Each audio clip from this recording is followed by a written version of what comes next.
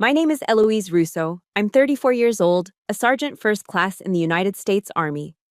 But right now, at my own sister's birthday party, everything I dedicated my life to felt like a punchline. Mark, my brother-in-law, held his beer up and bellowed to his friends, "All right, everyone, what's the call sign for an Army Queen of the Office? The Governor of Clipboards?" A roar of laughter erupted, mixing with the smell of barbecue and the oppressive humidity of a North Carolina summer afternoon. My sister Rachel laughed too, a flimsy hand over her mouth in a gesture of fake delicacy. But the thing that truly shattered my heart was when I looked to my mother and she just shook her head, her eyes begging me to stay silent, pleading with me not to make a scene. They thought I would just swallow it, again. But they didn't know they had just lit the fuse on a charge that had been packed tight over 12 years of service. They were about to hear a name they could never have imagined. If you've ever had to make yourself small so someone else could feel big, let me know where you're watching from. Hit that like button and subscribe, because this is the story of reclaiming your honor when your own family tries to strip it away. The North Carolina sun beat down on the hood of my Jeep, the heat radiating through the windshield. Just an hour ago, that same sun had felt like a spotlight of approval, glinting off the freshly polished brass on my Army service uniform. The ASU jacket was still perfectly pressed, the fabric crisp against my skin. In my mind, I could still feel the weight of the commendation medal the colonel had pinned on my chest. His words about unwavering dedication and logistical excellence still echoing in my ears. It was a good feeling. A solid one. The kind of pride that settles deep in your bones, earned through sleepless nights and impossible deadlines. But as I turned off the county highway onto the familiar gravel road leading to my parents' house, that solid feeling began to dissolve. It was a familiar sensation, a slow, heavy dread that seeped into me like the humidity. It felt like I was methodically unbuckling a suit of armor, piece by piece, preparing not for peace, but for a different kind of war. One fought not with strategy and orders, but with forced smiles and bitten tongues. Today will be different, I promised myself, the same lie I told every time I came home. Just smile. It's Rachel's birthday. Just enjoy the day. That promise, as always, felt impossibly fragile. I hadn't even fully killed the engine when Mom and Dad came out onto the porch. Mom's hug was first. It was quick, brittle, less of an embrace and more of a buffer. She pulled back and her voice dropped to a conspiratorial whisper, her hand still gripping my arm. "Rachel's having such a good time, honey. Just don't do anything to set Mark off, okay?" The words hit me like a bucket of ice water. It wasn't a welcome, it was a warning. It wasn't, "We're so glad you're here," but "Please don't be a problem." The unspoken message was clear. My presence, in this uniform, with my rank, was a potential threat to the family's carefully constructed, paper-thin harmony. My father said nothing. He just came up behind her and placed a large, calloused hand on my shoulder, squeezing it once. I looked at him, and in his eyes I saw the familiar apology he never spoke aloud. The backyard was a caricature of a southern summer party. Pickup trucks, Ford F-150s, and Chevy Silverados were parked haphazardly on the lawn. The air was thick with the tangy, vinegar-laced smoke of pulled pork on the grill. Giant coolers sweated in the humid air, packed with Bud Light and jugs of sweet tea. In the center of it all, holding court, was Mark. He saw me, and a smug grin spread across his face. He was in the middle of bragging about some new security contract his company had landed. As I approached, he threw an arm around my shoulder, a gesture that was meant to look friendly but felt heavy, possessive. He turned to his circle of friends and said, loud enough for everyone to hear, "Speak of the devil. Good thing we got folks like my sister-in-law pushing paper behind a desk, so guys like us can get the real work done." He gave my shoulder a condescending pat. "Isn't that right, Comrade Clipboard?" A wave of shallow, boozy laughter followed. It was a hollow sound, but it had the force of a physical blow. Rachel rushed over then, her smile a little too bright, a little too strained. "Elle, you made it." She wrapped her arms around me, but I could feel the tension in her body. I could see the conflict in her eyes, a flicker of sisterly love warring with her desperate need to keep her husband happy. I felt a pang of pity for her, but it was quickly overwhelmed by the sharp sting of her cowardice. I pulled away with a forced smile of my own. Wouldn't miss it. Happy birthday, Rach. I handed her the small, carefully wrapped gift I'd been holding. It wasn't much, but it was meaningful. Inside was a delicate silver necklace, with a small charm engraved with a set of coordinates. The exact spot by the old creek where we built a treehouse as kids. Our secret hideout from the world. It was a reminder of a time when it was just us against everyone else. She took it, her eyes barely glancing at the box. Oh, thanks, Elle.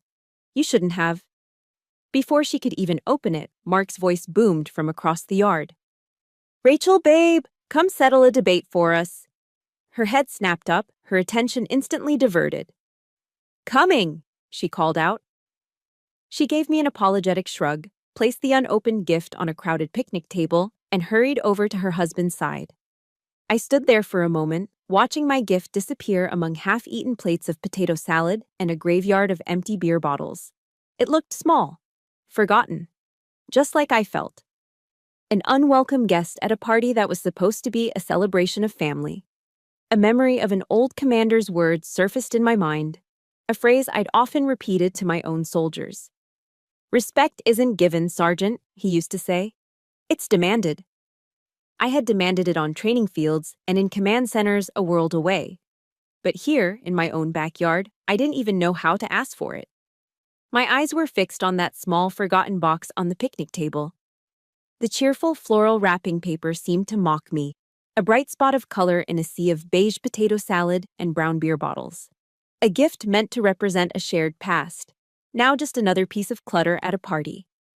But as I stared at it, my mind drifted from that small, insignificant gift to a much larger one. A gift that wasn't wrapped in paper or tied with a bow. A gift that had cost me everything. The memory came flooding back, as clear as if it were yesterday instead of 3 years ago.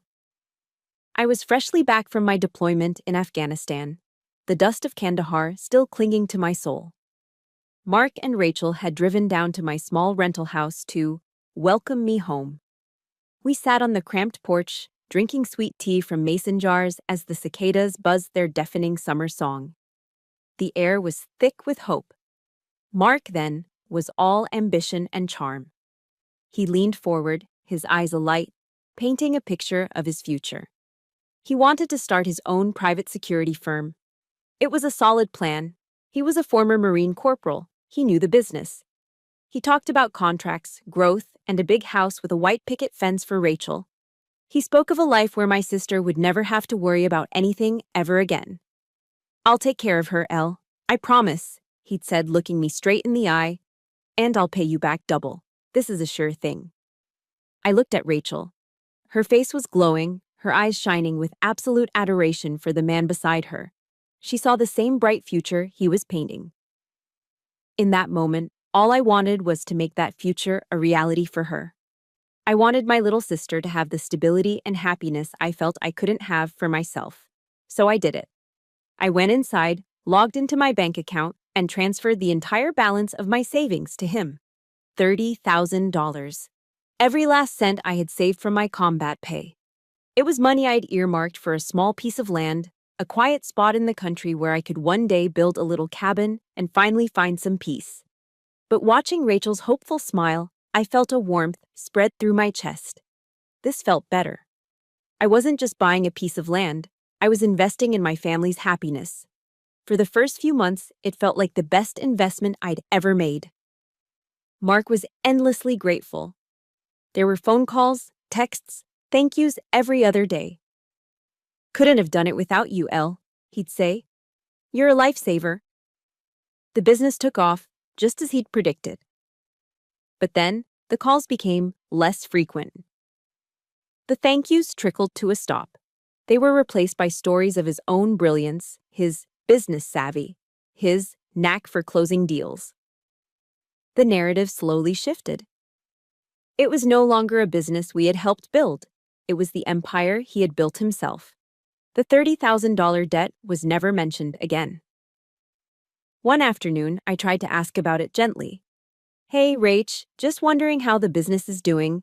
Things looking stable enough to start thinking about that loan? She'd waved a dismissive hand, not even looking up from her phone. Oh, Elle, you know how busy Mark is. He's got a million things on his plate. We'll get to it eventually. We're family, right? That was the line. We're family.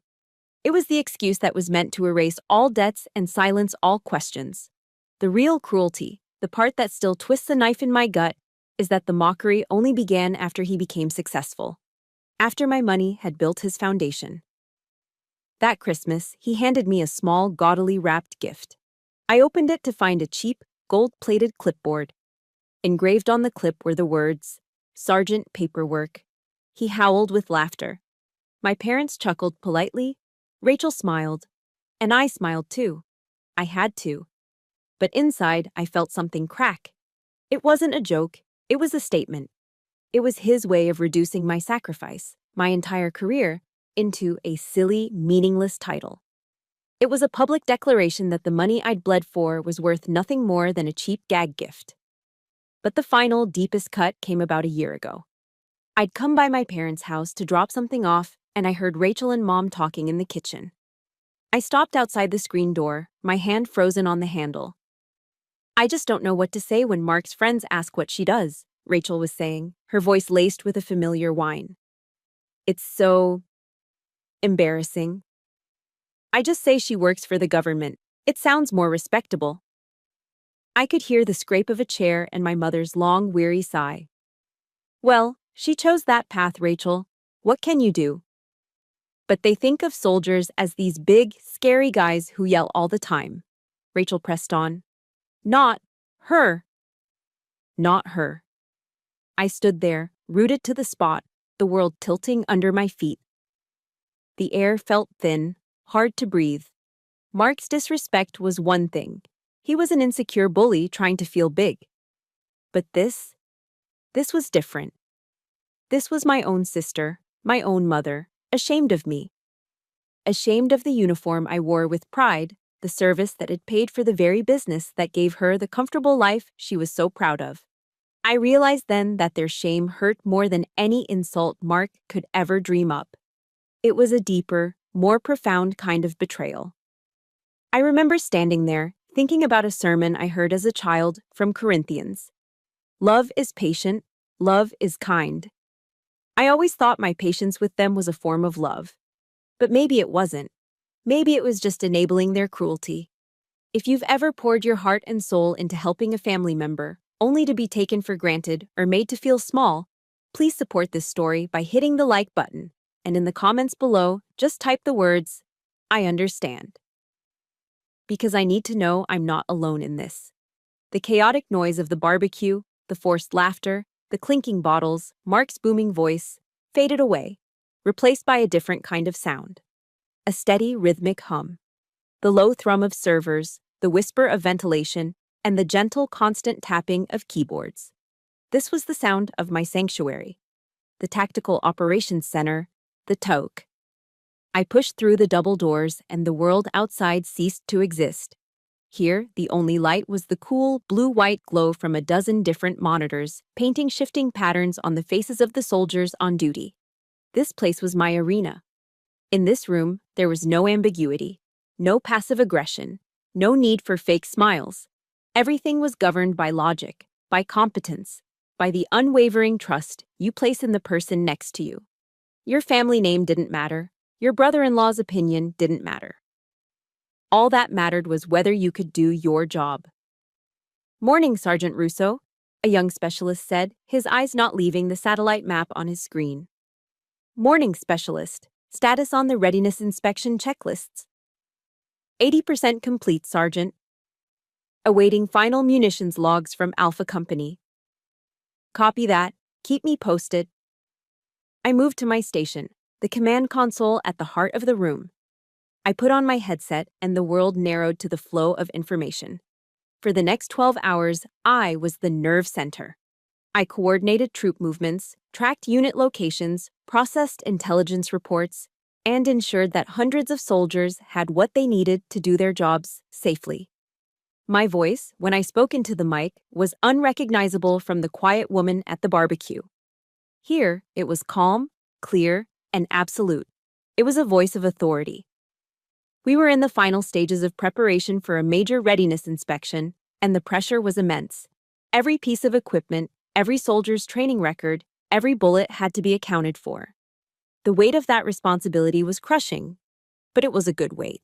It was the weight of purpose. My eyes scanned a digital map of a training sector, and for a split second, the grid coordinates blurred and reformed into another map, another time. A dusty corner of Afghanistan. And with it came the face of Private First Class Miller. He was 19. A farm boy from Ohio with a goofy smile who could barely grow a mustache. He was on patrol when his unit was ambushed. I was the one coordinating their fire support that day. I was thousands of miles away, in a room just like this one, a voice in a headset. I can still hear the panic in his squad leader's voice over the radio, the crackle of gunfire in the background. My hands had moved with cold precision, calling in coordinates, directing air support, doing everything by the book. But I was still just a voice. I couldn't be there. I couldn't stop the bleeding. We got the rest of them out. We didn't get Miller. I carry that memory with me every single day. It's the reason I check every detail 3 times. It's the reason I push my soldiers to their limits. It's the reason I don't sleep most nights before an inspection. Because I know that a single misplaced decimal point on a map, a single piece of faulty equipment, isn't just a logistical error. It's a kid from Ohio who doesn't get to go home. And Mark, in his blissful, arrogant ignorance, had the audacity to say I sit in an air-conditioned office and push paper. He had no idea what ghosts lived in these rooms. The shift dragged on. At 3 a.m, during a rare moment of quiet, I retreated to my small, windowless office.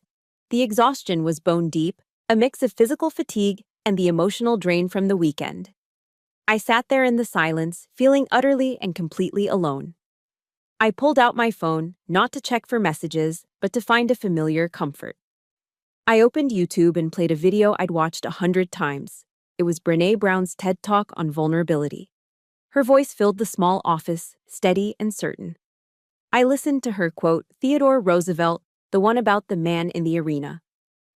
The credit belongs to the man who is actually in the arena, whose face is marred by dust and sweat and blood. The words resonated deep within me. This place, this talk, was my arena. My face might not be covered in actual blood, but I was in the fight. I was making decisions that had life or death consequences. My family, they weren't even in the arena. They were spectators. They were the ones in the cheap seats, pointing and criticizing the person who was actually daring to be great. Vulnerability is not weakness, Brené's voice continued. It's our greatest measure of courage. It hit me like a physical shock. All these years, I thought my silence, my refusal to cause conflict, was a sign of strength. I thought I was being patient, being the bigger person. But it wasn't strength. It was fear. I was avoiding the vulnerability of standing up for myself, of facing the potential wreckage it might cause in my family. I was avoiding my own arena at home. Just then, my phone buzzed. A text from Rachel. You leave so early? Busy saving the world again? The winking emoji felt like a drop of poison. Usually a message like that would send a fresh wave of hurt through me. I would have agonized over how to respond, or if I should respond at all. But tonight, hearing it after those powerful words, something was different. The hurt was still there, but it was overshadowed by a sudden, cold clarity. I didn't feel anger. I didn't feel sadness. I felt nothing. It was the detached calm of a commander assessing a threat. I looked at the text, then at the massive tactical board on my wall, covered in maps and unit markers and mission objectives. I didn't type a reply. I just put the phone down, face down, on my desk. A decision had been made, silently, in the sterile quiet of a 3 a.m. office. I was done being a spectator in my own life. The next battle wouldn't be fought on a map or over a radio. It would be fought in my own family. And for the first time, I was going to show up ready for the fight. The cold resolve I had felt earlier began to fray at the edges. A decision made in the sterile logic of 3 a.m. feels very different in the harsh fluorescent light of the next day. The sheer weight of the impending inspection, combined with the sleepless night and the raw, open wound of my family's betrayal, was starting to crush me. I sat alone in my office, staring at a cup of coffee that had long gone cold. My gaze drifted to a framed photo on my desk. It was from last Christmas. All of us, Mom, Dad, Rachel, Mark, and me, posed in front of the fireplace, wearing festive sweaters. Everyone was smiling. My own smile in the picture looked painful, a tight, forced curve of the lips that didn't reach my eyes. Looking at it, I felt a profound sense of alienation, as if I were looking at a stranger who just happened to share my face. This was supposed to be my family, my safe harbor. Why did it feel like I was a foreigner in my own life? A single, hot tear escaped and traced a path down my cheek. I swiped it away angrily, but it was too late. The door creaked open. Sergeant Davis stood there, holding 2 steaming mugs of coffee. He was one of my best non-commissioned officers, young, only about 25, but whip-smart and fiercely competent. He was a young black man from Atlanta, and I was mentoring him for a promotion to staff sergeant. He took in the scene, the cold coffee, the exhaustion on my face, the faint shimmer of the tear I tried to hide. He didn't say a word. He just walked in, placed one of the hot mugs on my desk right next to the cold one, and stood there for a moment in comfortable silence. The rich, dark aroma of fresh coffee filled the small room. Then, he spoke, his voice quiet and respectful. "Sergeant First Class, you taught us we're supposed to take care of our soldiers." He paused, letting the words hang in the air. "But sometimes the leadership needs taking care of too." He looked me directly in the eye, and his expression was one of simple, profound kindness. "It's okay to be human, ma'am, even in the uniform." His words, a lesson I had drilled into him and every other NCO under my command, were now being handed back to me like a gift. The professional wall I had so carefully constructed around myself began to crumble. For the first time in a long time, I didn't feel like Sergeant First Class Russo, the unflappable operations NCO. I just felt like Eloise, a woman who was tired and hurting. In a rare moment of vulnerability, I decided to let him in. Just a little. "It's been a rough weekend, Davis," I admitted, my voice hoarse. "Family stuff. Sometimes I feel like the work we do here isn't understood." He didn't offer platitudes or empty reassurances. He just listened, his gaze steady and attentive. He nodded slowly when I finished. Then he shared a piece of his own story. "I get that, ma'am. More than you know." He leaned against the doorframe, cradling his own mug. "My folks. They're good people. But they wanted me to be a lawyer or a doctor. When I enlisted, they were devastated. To this day, they still don't get it. They think my job is just playing with guns in the woods."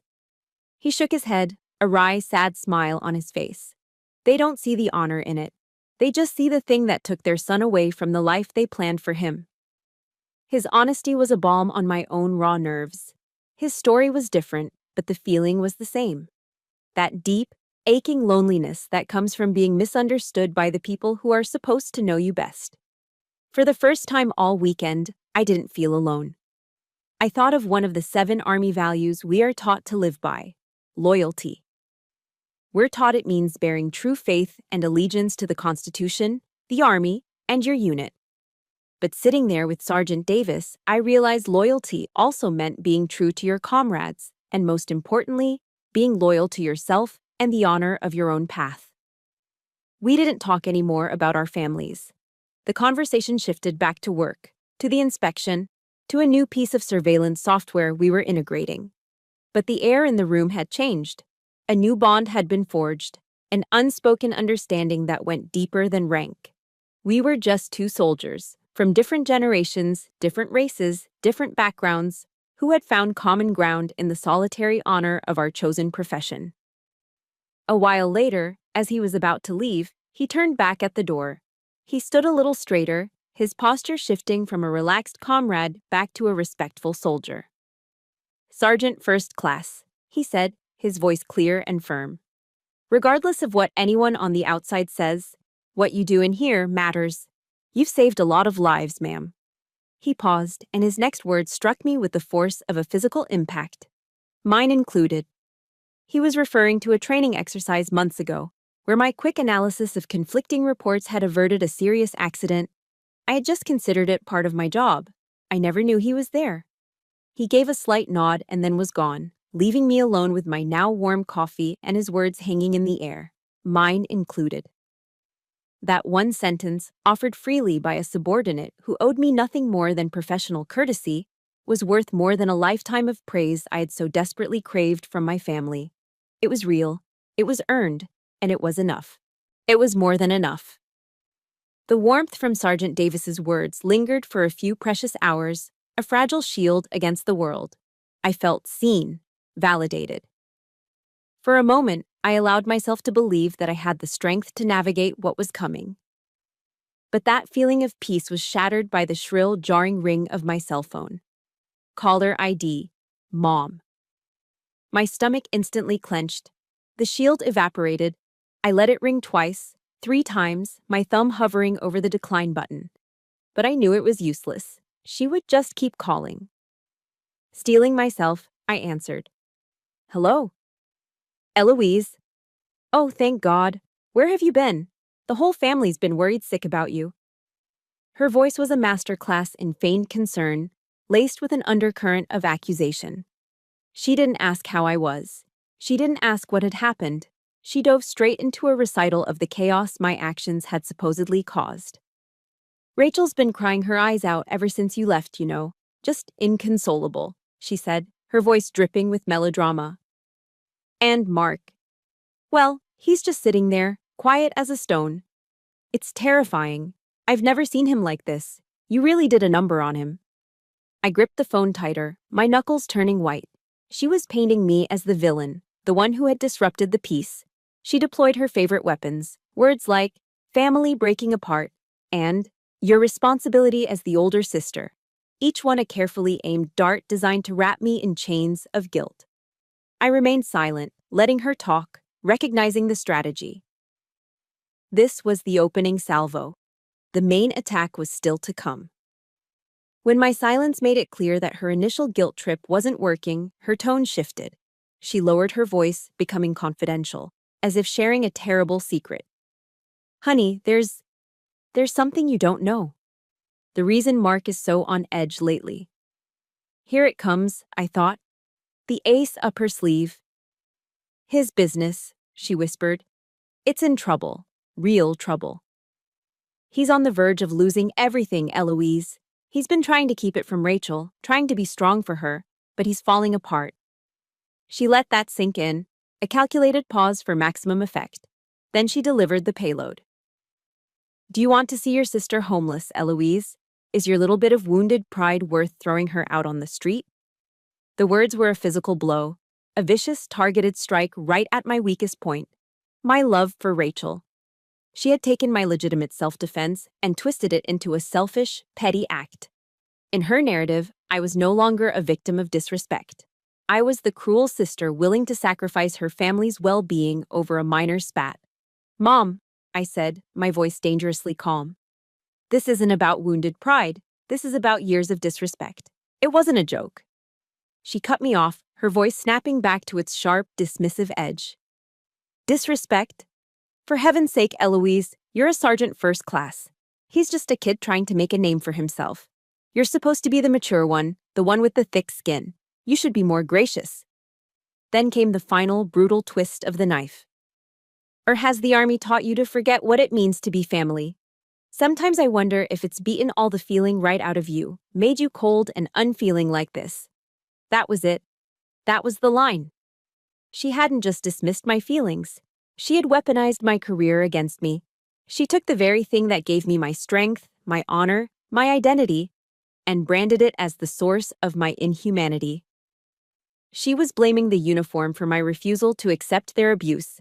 In that moment, something inside me shifted. The frantic, churning sea of hurt and anger suddenly went still. I thought of the military principle of mission command. The commander gives you the objective and the intent, but it's up to you to figure out how to execute the mission on the ground. For years, my family's unspoken mission for me was keep the peace at all costs. But my new mission, the one I had given myself at 3 a.m. in my office, was self-respect.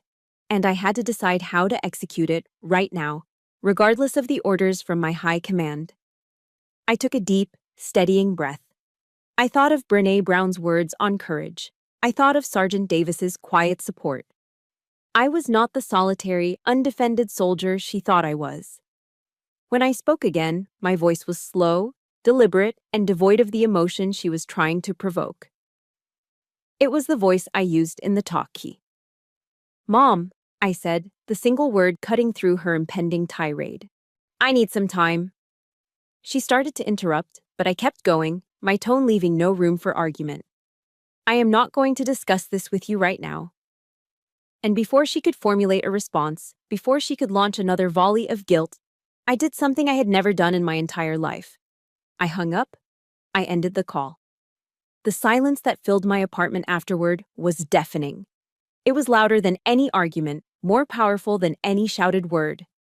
It was the sound of a border being drawn, a line in the sand.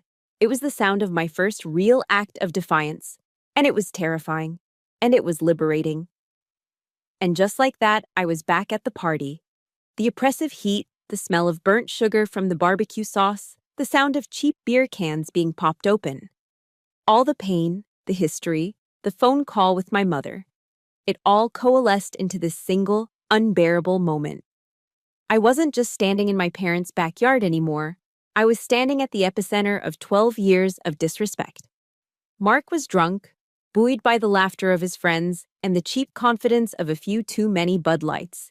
He was the king of this little backyard kingdom, and he needed to make sure everyone knew it.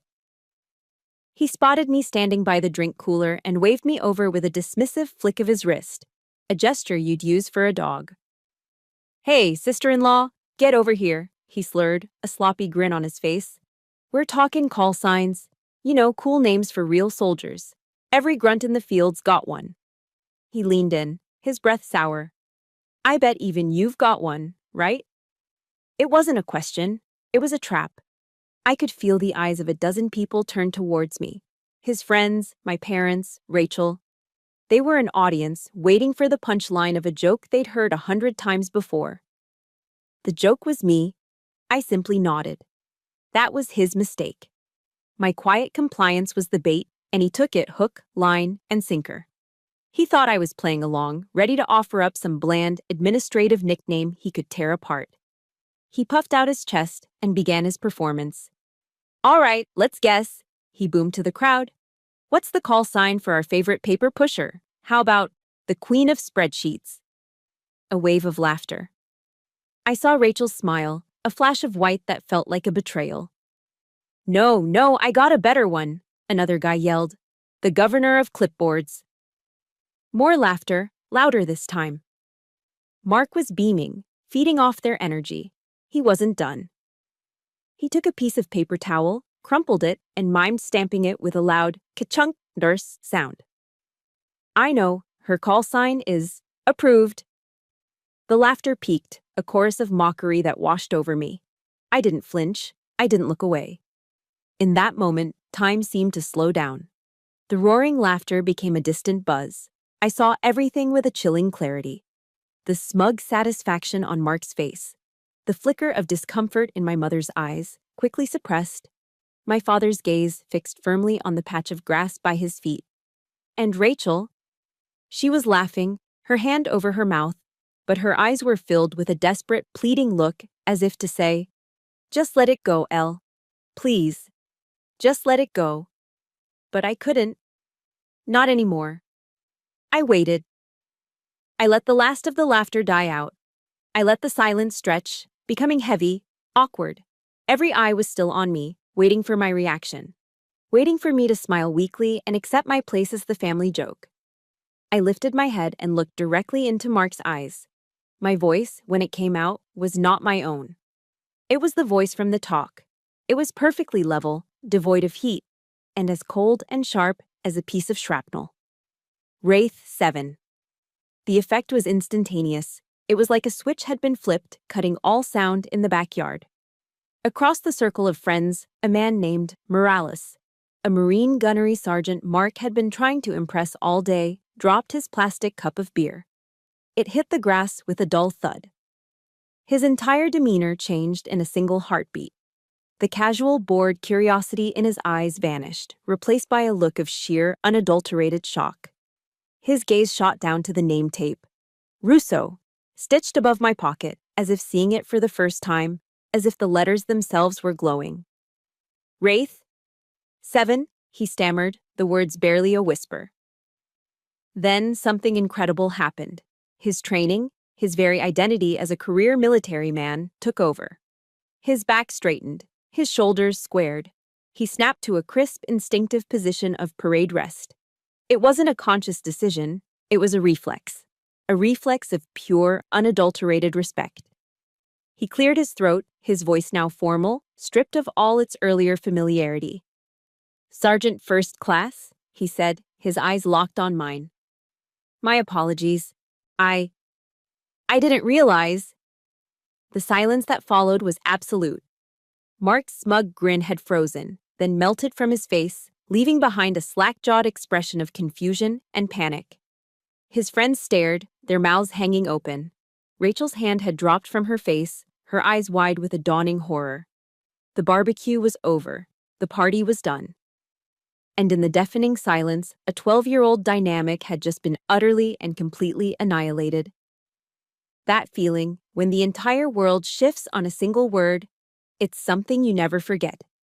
If you've ever had a moment where you finally stood your ground and refused to be the punchline anymore, hit that like button to show your support. And in the comments, just write one word: honor. Let's fill the comments with it as a tribute to every person who has ever had to fight to reclaim their own. The suffocating silence in the backyard was finally broken by Mark. He stammered, his face pale and blotchy, the drunken confidence completely gone. What the hell is Wraith 7? All eyes turned from me to Gunny Morales. The gunnery sergeant took a slow breath, and when he spoke, his voice was heavy, stripped of any and all humor.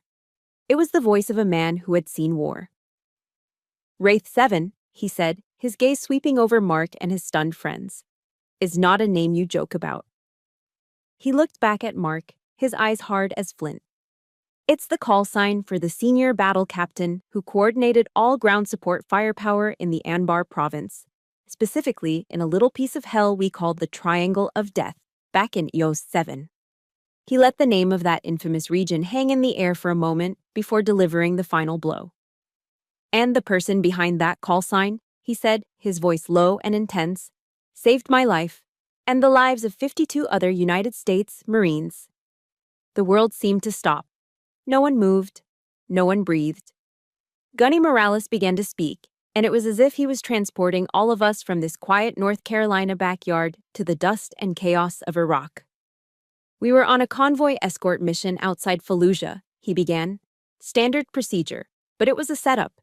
They hit us from 3 sides at once. RPGs, machine gun fire. It was a textbook L-shaped ambush.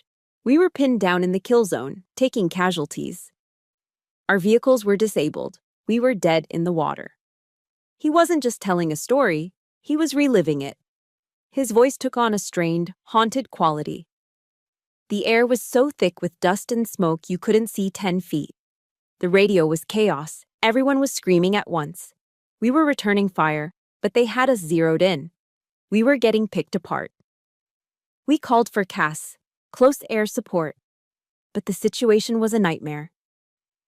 The enemy was right on top of us, less than 50 meters away. We call that danger close.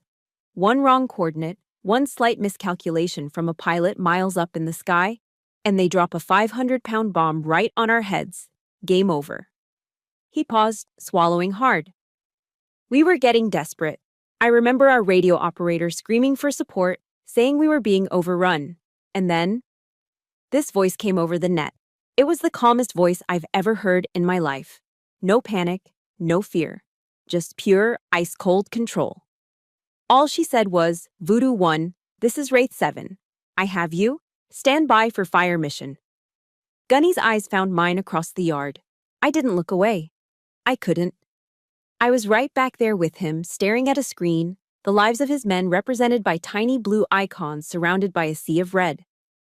For the next 15 minutes, he continued, his own voice now trembling with the memory. That voice was God. She was a goddamn orchestra conductor of violence. While we were hugging the dirt, she was coordinating artillery strikes from a base 10 miles away, Apache helicopter gun runs, and bombing passes from 2 F-18s circling overhead. At the same time, she was talking to pilots traveling at 500 miles per hour, telling them exactly where to put their ordnance, danger close, with zero margin for error. We could hear the jets screaming overhead, feel the ground shake as the bombs hit. And every single time, they landed exactly where she said they would.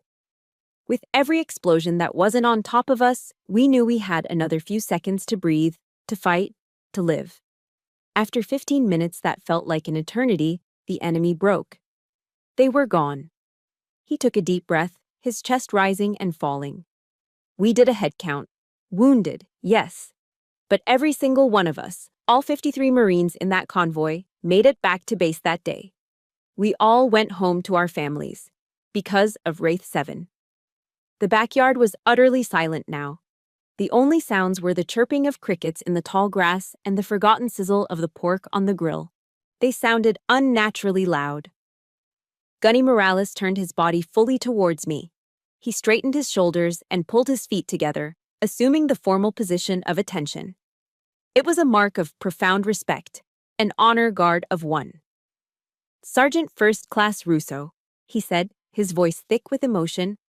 On behalf of my brothers, the men who are alive today because of you, I apologize. Our ignorance is inexcusable.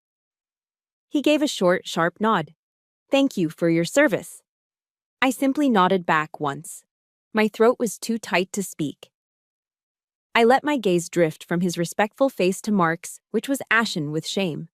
Then to Rachel, whose face was streaked with silent, stunned tears. This wasn't a victory. It was just the truth. A truth that had a weight and a gravity all its own. I spoke one final sentence, not to Gunny, not to Mark, but to the broken pieces of what I once called my family. I have to get back to my unit. And with that, I turned my back on all of them and walked away. The crunch of Eloise's Jeep tires on the gravel driveway was the last sound of normalcy. As the red taillights disappeared down the road, a vacuum of stunned silence settled over the backyard. The party hadn't ended. It had imploded. The first to move was Gunny Morales. He walked over to the trash can, deliberately dropped his half-empty cup into it, and turned to Mark's remaining friends. He didn't need to say a word. One by one, they began to disperse. There were no loud goodbyes, no claps on the back, just a series of awkward, tight-lipped nods in the direction of Mark and the Russo parents. They mumbled excuses about having to get home, their eyes avoiding contact. They couldn't leave fast enough. They were civilians caught in the blast radius of a truth they weren't equipped to handle, fleeing the scene of their own ignorant humiliation. Within 5 minutes, the backyard was empty, save for the 4 people who remained. The abandoned picnic table, littered with the festive debris of a birthday party, now looked like the wreckage of a shipwreck. The silence was no longer stunned. It was heavy, suffocating, and thick with unspoken accusations. Rachel broke it. Her body had been trembling, but now the trembling erupted into a full-blown sob of fury. She spun on Mark, her face blotchy and wet with tears of shame. "What did you do?" she shrieked, her voice raw. "You just had to do it, didn't you? You just had to be the big man. You turned my birthday party into a stage to humiliate my own sister." Mark, who had been staring blankly at the spot where Eloise had stood, flinched as if struck. The alcohol had curdled in his veins, replaced by the cold dread of public disgrace. He tried to defend himself, but his voice was weak, pathetic.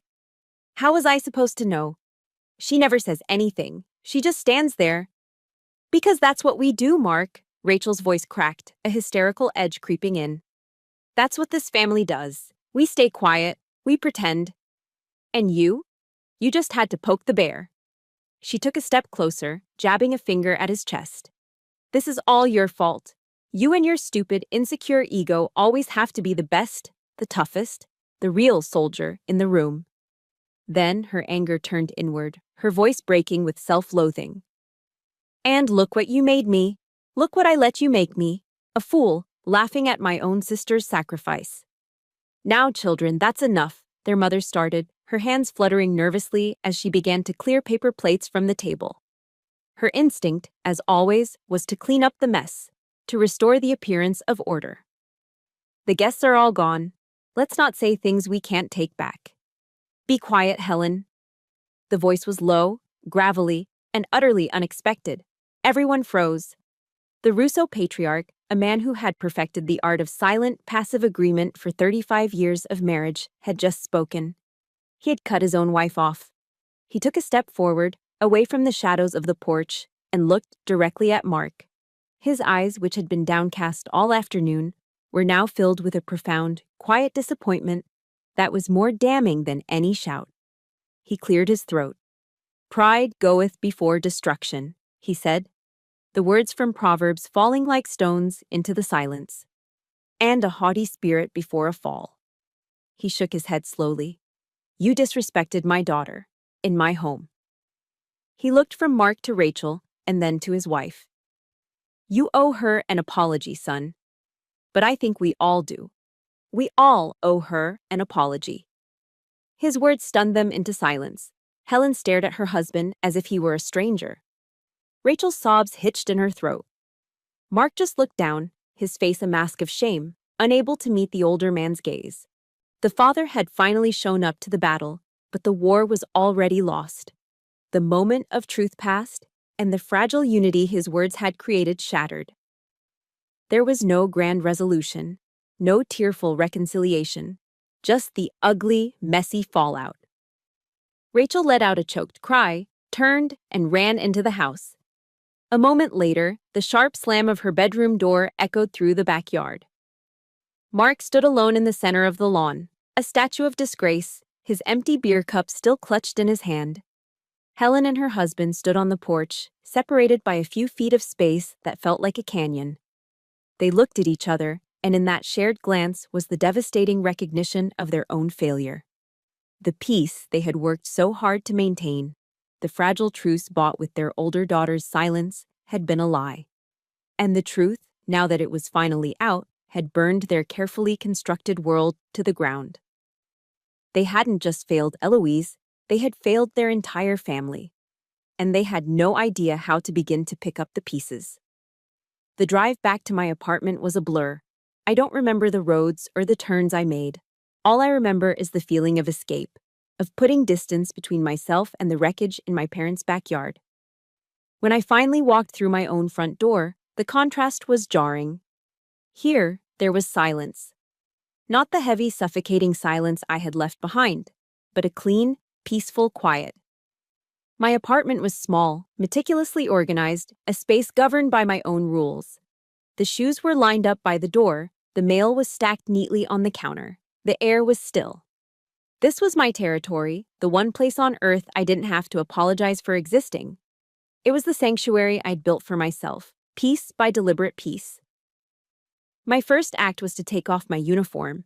I unpinned my medals, unbuttoned the stiff jacket of the ASU, and hung it with care in my closet. It felt symbolic, like I was shedding a skin. I was taking off the version of me they saw, the rigid, unfeeling soldier, and trying to find the woman underneath. But the truth was, I wasn't sure who that was anymore. The uniform felt less like a costume and more like a part of my own body. Just as a sense of calm began to settle over me, my phone started to buzz on the kitchen counter. It didn't just buzz once. It lit up, vibrating incessantly, a frantic, desperate insect trying to break into my quiet space. I walked over and looked at the screen. It was a tidal wave. 3 missed calls from Mom, 2 from Dad, a string of 10, 12, 15 text messages from Rachel. My screen was a rolling feed of their panic, their regret, their chaos. Mom, Eloise, please pick up. This is tearing us apart. Dad, I'm sorry, Elle. Please call us. Rachel, I'm so sorry. So sorry. So sorry. I'm a terrible sister. Please don't be mad at me. Please just answer me. I scrolled through them, my thumb moving mechanically. I read their pleas, their apologies, their accusations masked as concern. And I felt nothing. The burning anger was gone, The deep, aching hurt had subsided. All that was left was a vast, hollow emptiness, a profound and unshakable exhaustion. It was the emotional equivalent of surviving a battle. The adrenaline is gone, and all you're left with is the bone-deep fatigue and the ringing in your ears. I realized that to answer their calls, to reply to their texts, would be to re-enlist in a war I had just escaped. They weren't asking for my forgiveness. They were asking for my participation in their drama. Rachel's message, as heartfelt as it may have seemed, was all about her. Don't be mad at me, not, are you okay? They needed me to absorb their guilt, to soothe their panic, to restore their fractured peace. They needed me to be the bigger person, one more time. My finger hovered over Rachel's name. Then, with a slow, deliberate motion, I swiped up and activated the Do Not Disturb function. The screen went dark. The buzzing stopped. The silence of my apartment returned, now feeling less like emptiness and more like a fortress wall. My eyes fell on the photo on my small desk, the one from Christmas with all the forced smiles. For years, that picture had been a symbol of what I was fighting for, a reminder of the family I loved. But looking at it now, it was a lie. It wasn't a picture of love, it was a picture of my compliance, a portrait of my pain. Gently, I picked up the frame. I looked at each of their faces one last time, then opened the desk drawer and placed it inside, face down. I didn't want to throw it away, but I couldn't look at it anymore. I closed the drawer. In its place, I put up a different photo. It was a worn, candid shot of my platoon, taken after a grueling 3-week field exercise. We were all dirty, exhausted, covered in mud and camouflage paint. But we were grinning, our arms thrown around each other's shoulders. We were a chaotic, mismatched family of choice, bound together not by blood, but by shared hardship and mutual respect. That photo was the truth. It was where I belonged. I sat down on my couch and closed my eyes, the events of the day replaying in my mind. A piece of advice from my first command sergeant major, a tough-as-nails man named Williams, echoed in my memory. He'd been inspecting my uniform once, and he'd tapped the chevrons on my sleeve. "These stripes aren't just for show, Sergeant," he'd said, his voice like gravel. "They mean you know when to lead, when to follow, and when to walk away." When to walk away. I finally understood. Walking away wasn't an act of weakness or anger. It was a tactical decision. It was a strategic retreat to a defensible position. Responding to them now would just pull me back into the kill zone of their emotions. I needed space. I needed time to assess the damage, to rearm, to decide on the terms of engagement, if there were to be any engagement at all. For the first time in my life, I was putting my own well-being first. I was making my own emotional survival the primary mission. And the feeling was terrifying. But it was also the first true, clean breath of freedom I had taken in years. 8 weeks after the party, the humid North Carolina summer had given way to the first crisp hints of fall. I stood in front of my full-length mirror, making the final adjustments to my dress uniform. The fabric felt familiar, but something was different. Sewn onto the sleeves were the 3 chevrons and 3 rockers of a master sergeant. I had been selected for promotion. Looking at my reflection, I didn't feel a surge of giddy excitement. Instead, a deep, quiet calm settled over me. It wasn't the loud external validation I had once craved from my family. It was a quiet, internal confirmation, a sense of rightness. It was the world I had chosen, the world I had fought for, acknowledging my place in it. The promotion ceremony was held in the base auditorium. It was a formal affair, full of tradition and military precision. As I stood on the stage with the other promotees, I scanned the audience. And I saw them. My family. They were sitting in the back row, almost hidden in the shadows. My mother, my father, Rachel. And Mark. He was there too, wearing a neatly pressed suit and tie. From this distance, he looked smaller, diminished, the arrogant swagger completely gone. They sat quietly, not as proud participants, but as respectful, almost timid observers. Throughout the ceremony, Mark never once looked directly at me. He kept his eyes fixed on the stage, on the American flag, on anything but me. When my name was called, it was Command Sergeant Major Williams himself who walked out to pint on my new rank. As he did, I caught my mother's eye. She was crying. But these were not the tears of frustration or manipulation I was used to. These were quiet tears of what looked like regret, and maybe, just maybe, a little bit of pride. After the ceremony, there was a small reception with cake and coffee in the community hall. My unit, my chosen family, surrounded me with handshakes, backslaps, and genuine congratulations. Sergeant Davis gave me a sharp salute and a wide grin. Knew it was only a matter of time, Master Sergeant. It felt good. It felt right. Then I saw Mark approaching. He moved hesitantly, a stark contrast to his usual bulldozing presence. He stopped a respectful distance away and waited for me to acknowledge him. Master Sergeant, he said, the title feeling strange but correct coming from his lips. His voice was quiet, sober. There's no excuse for how I acted. I was insecure, I was a bully, and I took it out on you. He finally looked me in the eye. I'm sorry. It wasn't a rambling, self-serving apology. It was direct. It was honest. He was owning his failure. I looked at him, not as my brother-in-law, the family clown, but as a man finally forced to confront his own shortcomings. I accept your apology, Mark, I said, my voice even, but building back trust will take time. It was an answer that held both compassion and a boundary. It was the truth. Forgiveness wasn't a magic wand that erased the past. It was the slow, difficult work of rebuilding on cleared ground. He simply nodded, accepting my terms, and then retreated back to Rachel's side. A moment later, Rachel came up to me. She didn't say much. She just looked at my new rank, at the uniform, at me. Then she wrapped her arms around me in a hug that was tight and real. When she pulled back, her eyes were wet. I'm proud of you, Elle, she whispered. I'm really, really proud. And there it was, the one sentence I had spent a lifetime waiting to hear. It didn't fix everything. But it was a start. It was a single, perfect brick laid on a new foundation. Later that night, back in the quiet sanctuary of my apartment, I stood before the mirror again. The new rank on my sleeve felt solid, earned. I thought about the two names that had come to define me, Wraith 7 and Master Sergeant Russo. Wraith 7 was a ghost, a voice in a headset who had saved 53 Marines she would never meet. But in a way, she had saved me too. She had been my secret weapon, the undeniable truth that had shattered a toxic silence and forced a confrontation that was 12 years overdue. She was the legacy of my past, a reminder of the weight I carried and the lives I had touched. Master Sergeant Russo. She was the future. She was the woman who had walked through the fire and come out stronger.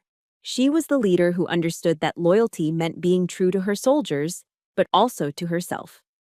I thought of a line from a poem by Maya Angelou that I'd always loved. I come as one, but I stand as 10,000. I felt the truth of that in my bones. I stood there not just as myself, but as a link in a long chain of soldiers who came before me, and as a testament to the quiet strength it takes to survive one's own family. The two names, the ghost and the leader, were finally one. They were both me, and I would never, ever make myself small again. Thank you for listening to my story. My journey was about finally answering to my own name, my own honor, and not the labels others tried to give me. I believe every one of us has a Wraith 7 inside, a strength we forget we possess until we're pushed to our absolute limit. Your arena might not be a battlefield, but your courage is just as real. If this story resonated with you, please share it with someone who needs to be reminded of their own strength. Hit the like button and subscribe for more stories about finding your voice and reclaiming your honor. Until next time, stand tall.